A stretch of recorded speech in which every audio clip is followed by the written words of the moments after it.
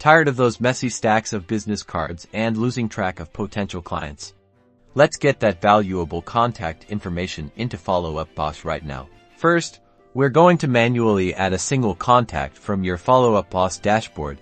Look towards the upper right-hand corner of the screen. You'll see a button that says Add Person. Go ahead and click that. This will bring up the Add Person form now. Carefully fill in all the relevant information you have for your contacts. Start with their first name, then their last name next. Enter their email address and phone number. Double-check to ensure all the information is accurate. Scroll down and you will see the tags field. Here's where you can add tags to categorize your contact. For example, you might add beer, seller, or hot lead to quickly identify their status and interests. Just type in the tag and hit enter. Once you've filled in all the necessary information and added your tags, look to the bottom right corner of the screen and click the Add Person button. Great!